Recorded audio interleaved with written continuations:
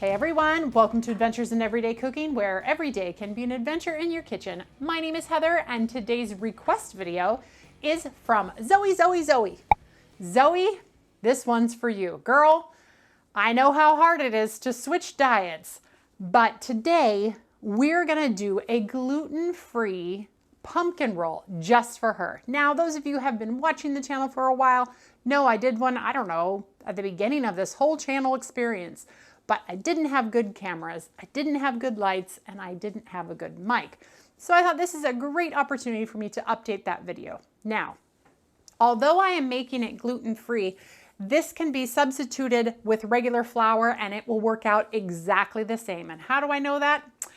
Because I make about 100 of these every holiday season. I kid you not.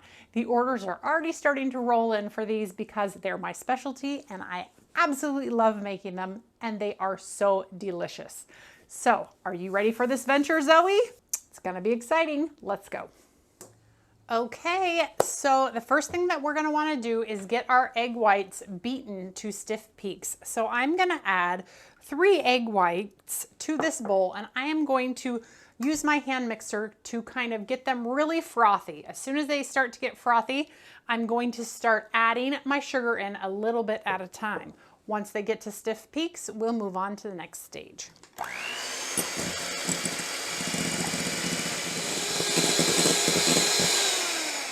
All right, I think we have achieved. Oh yeah, that is very close. We'll call that good. All right, so we're gonna leave that over off to the side for just a moment while we work on everything else.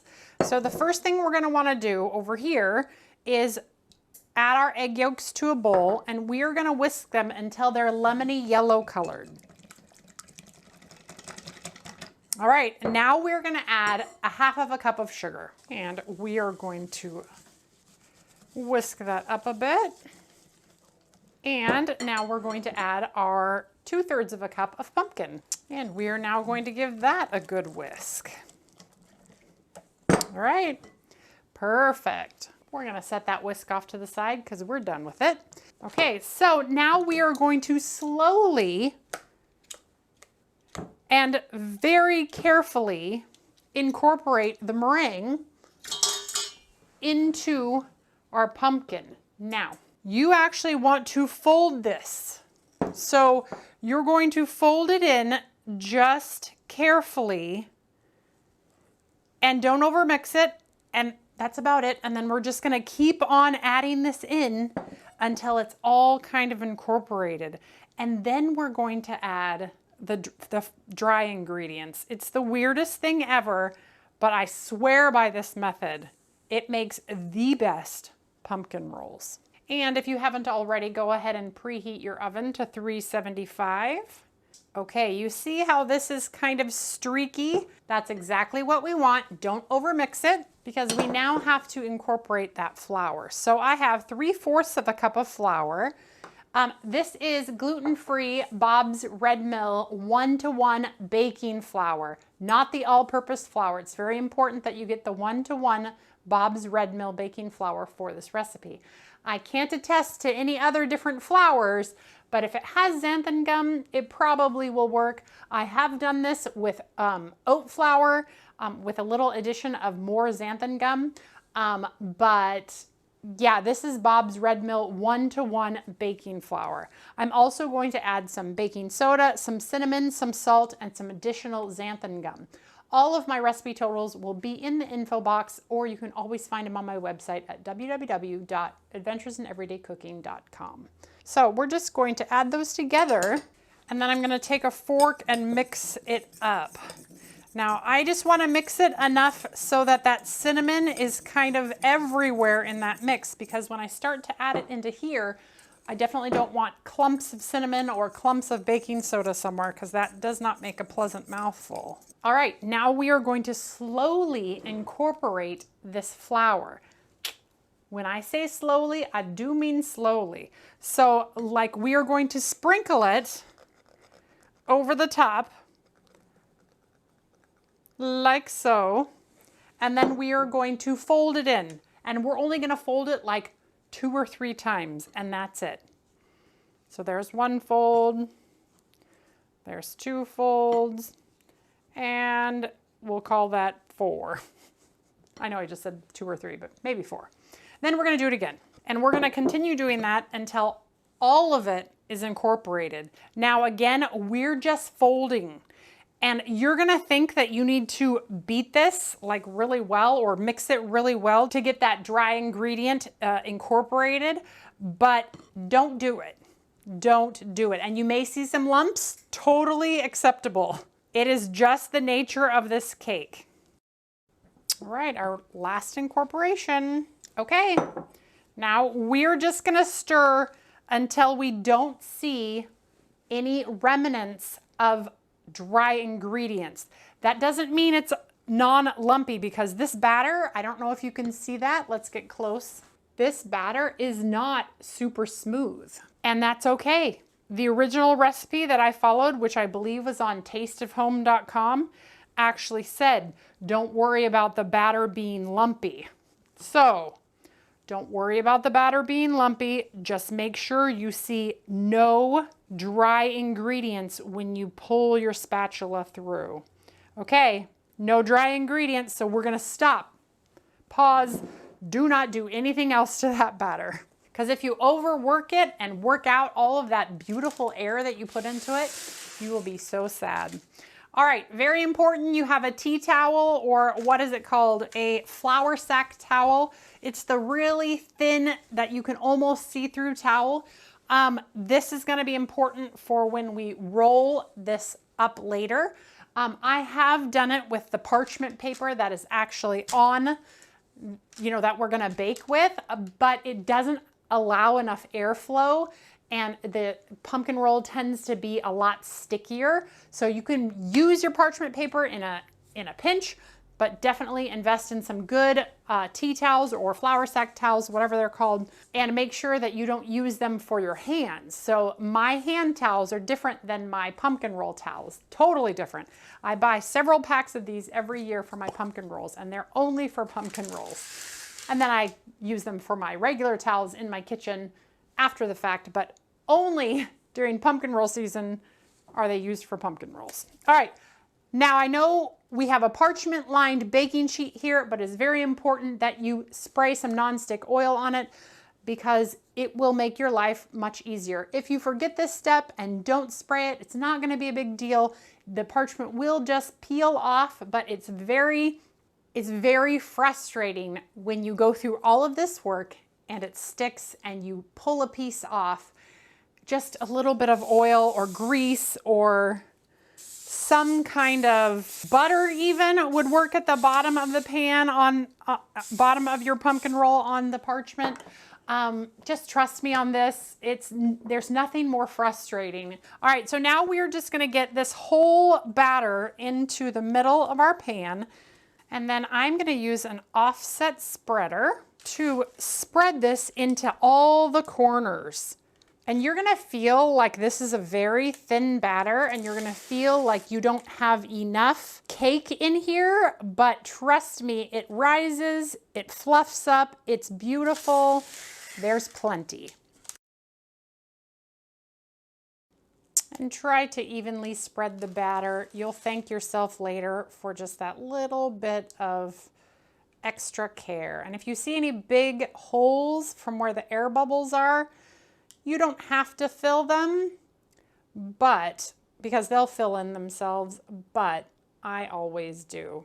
All right, that is ready to go in the oven. So we're gonna put this in a preheated oven for 12 minutes. At the end of 12 minutes, we're gonna let it rest and cool on a wire rack for just 5 minutes inside the pan, and then we're gonna commence the rolling. So I'll be back in 12 minutes to show you how to roll this pumpkin roll.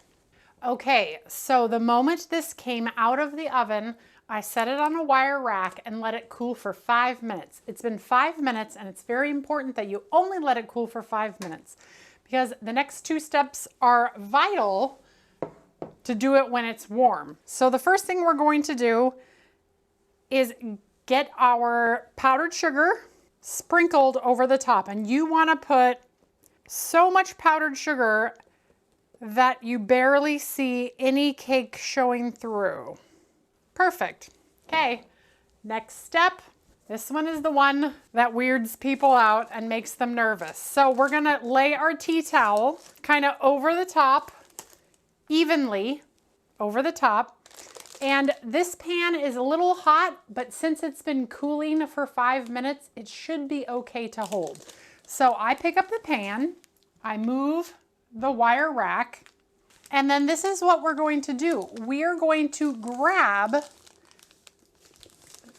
this tightly, both sides of the towel tightly. Do you see that under there? And then we're going to softly flip over. Okay? Open the towel up. Take your somewhat hot pan off and your parchment should come with it, just like that. Now again, we are going to sprinkle with powdered sugar until we can barely see any cake. And now comes the fun bit. We're going to roll it. All right, so this is the best way I have found to roll, and it's important to roll it when it's warm because we want to build muscle memory in this cake. So I take the edge of my towel and I start to roll, and then I just keep rolling when I get to the edge of this cake. And then as soon as I see the cake start, then I take it and I roll as tightly but gently as you can. And we want to do this quick because this is getting really moist from that cake and we don't want that moisture to be anywhere else. Okay, now we're going to bring our rack back and we're going to drop it on our rack very nicely. Now, it is super important that we now let this cool for at least 30 minutes. You can speed up the cooling process by putting it in your refrigerator, but it has to be completely cool in order for us to fill it. Otherwise, it'll be so warm that it will actually squish out the sides, and we really don't want that. So let this cool for 30 minutes. Okay, I'll be back in 30 minutes to show you how to fill this. Okay. Okay, our pumpkin roll is cooled. So now let's make the filling. So what we have here is 1 block of cream cheese, 2 tablespoons of room temperature or softened butter. Also, your cream cheese needs to be soft too. So if it's not soft enough, just bang it in the microwave for just a couple seconds and just make it so that you can push on it and it's not cold and it kind of squishy. We're also going to need some vanilla and some powdered sugar, but we're going to go ahead and cream these two together first so that it is easier to incorporate everything else. All right, now we're going to add our vanilla. And now we're going to add our powdered sugar a little bit at a time. You need to add it a little bit at a time, otherwise you would get a puff of smoke, and that is not pleasant. So just add a little bit at a time and just mix as you go. You may still get a puff of smoke. I may still get a puff of smoke, but it is what it is.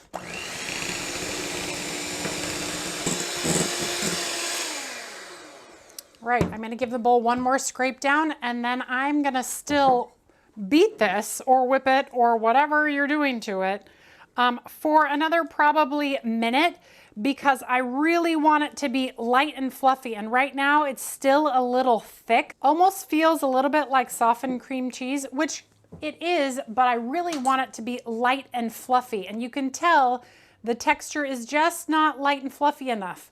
So the longer you beat it or whip it into shape, the more fluffy it will be and the better it will be as a filling. So about another minute. All right, let's check this texture. Oh yeah, we're looking great. Okay, now comes the moment of truth. Let's set that aside. Now it's time to unroll our pumpkin roll. Now I want you to unroll slowly and gently because you definitely don't want it to crack.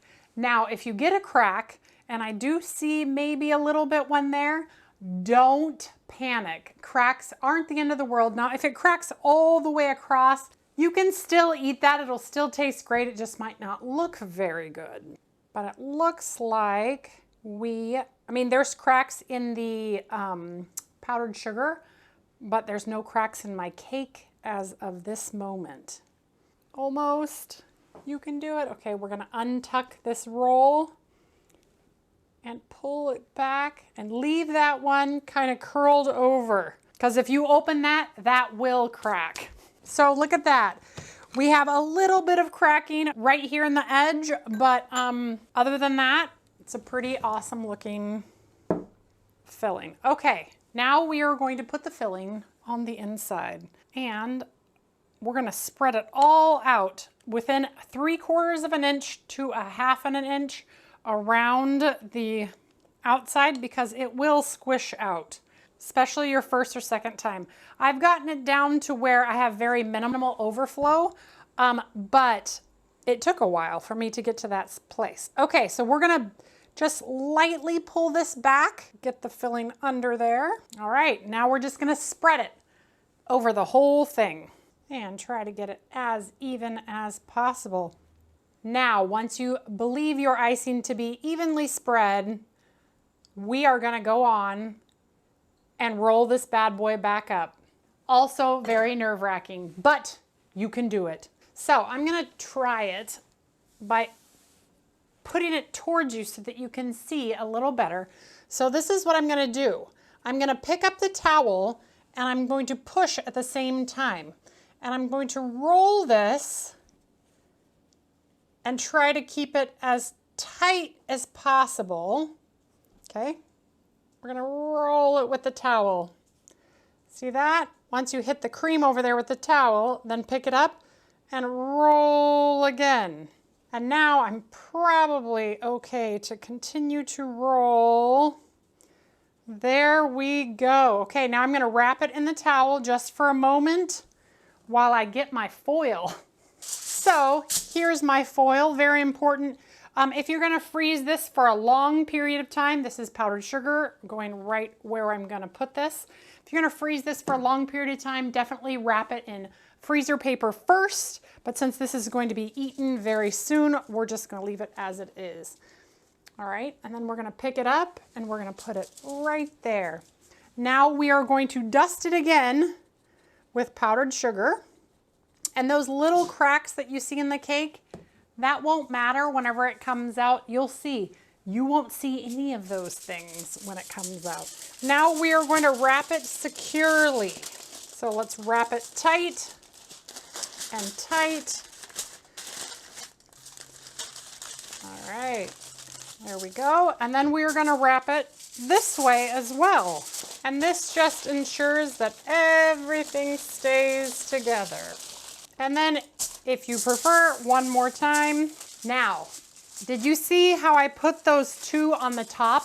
I put that there so I could feel this and know which one's the bottom and which one's the top. So I know that this part is the top. So when I put it into the freezer, I want to make sure that this is the top of it, because otherwise when you unwrap it later, you'll get your swirl will be in the wrong kind of direction. Just trust me, just you know that you want that to be the top. Basically, seam side is down. The top doesn't have a seam.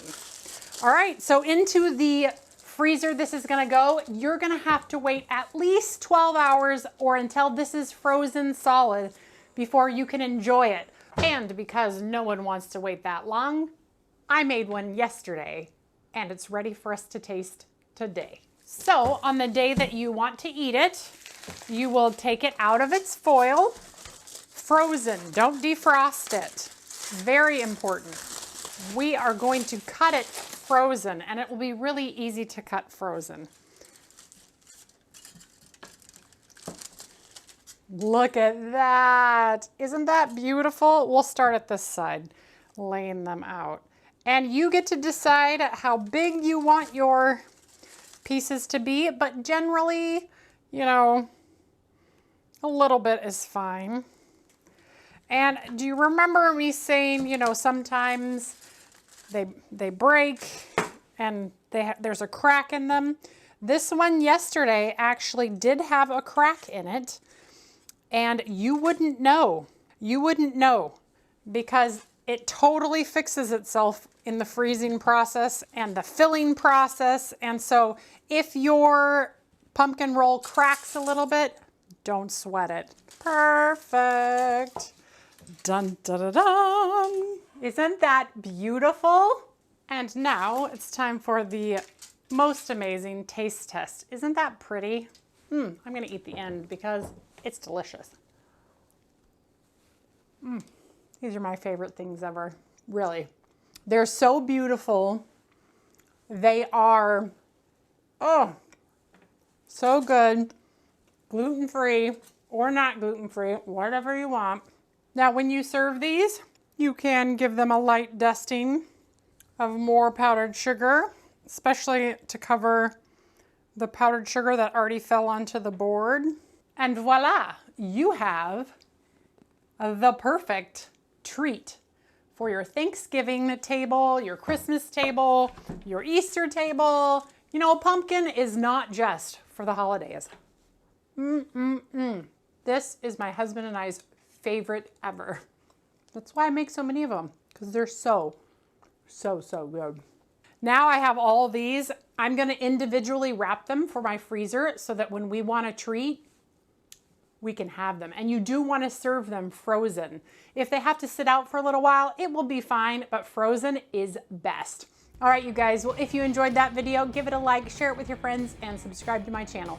Zoe, thank you so much for suggesting me do a gluten-free pumpkin roll because this is the second one of the season. First one was yesterday.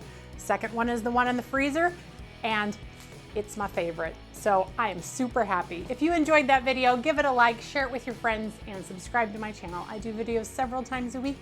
I'm always looking for the next adventure. So if you have one for me, leave it in the comments below. Otherwise, I'm gonna end up eating a couple of these today. Thanks a lot, Zoe. No, really, thanks. Bye, guys.